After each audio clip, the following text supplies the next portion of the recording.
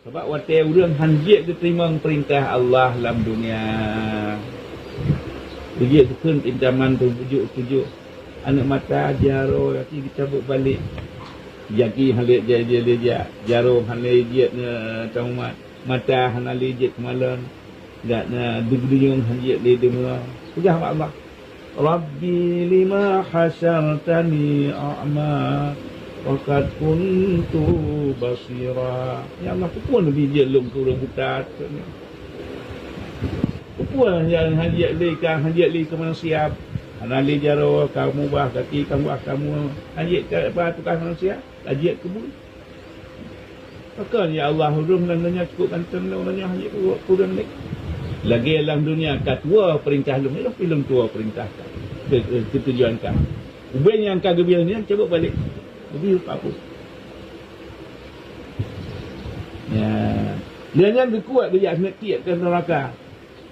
Wa tatruk lam neraka iza ulqu fiha sami'u laha shaqiyaw wa hiya tafur. Urang klik hendak orang pegah dalam neraka.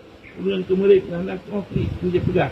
Wa tay kena klik dia tanya takadu tamayyazu minal qaidi kullama ulqiya fiha fawjun sa'alahum khazanatuha alam ya'tikum nazir. Watai kadu alam dunia jamun naso dia pegah lagi ni persia so yang Tuhan Allah di syurga so yang masjid disumpah neraka lagi ni dahsyat kan. So qalu bala qad ja'ana nazir.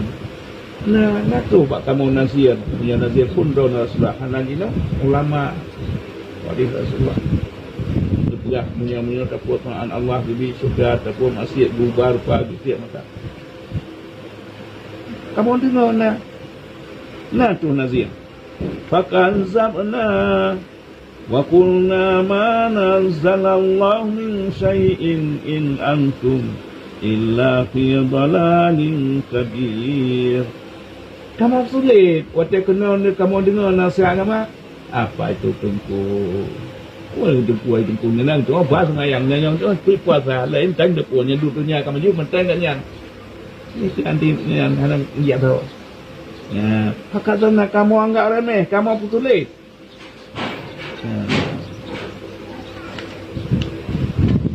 Wa qalu dia yang kelam dia mengeluh habis. Wa qalu law kunna nasma'u aw na'qilu ma kunna fi ashabis sa'ir. Ya Allah, sekian yang melungtin dengar nasihat.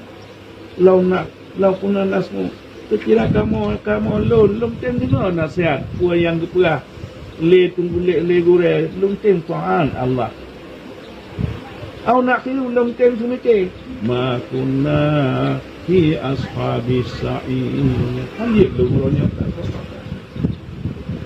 habis mengeluh tapi hanya faedah le nasi sudah diberi bubur pani faedah tempat nasi.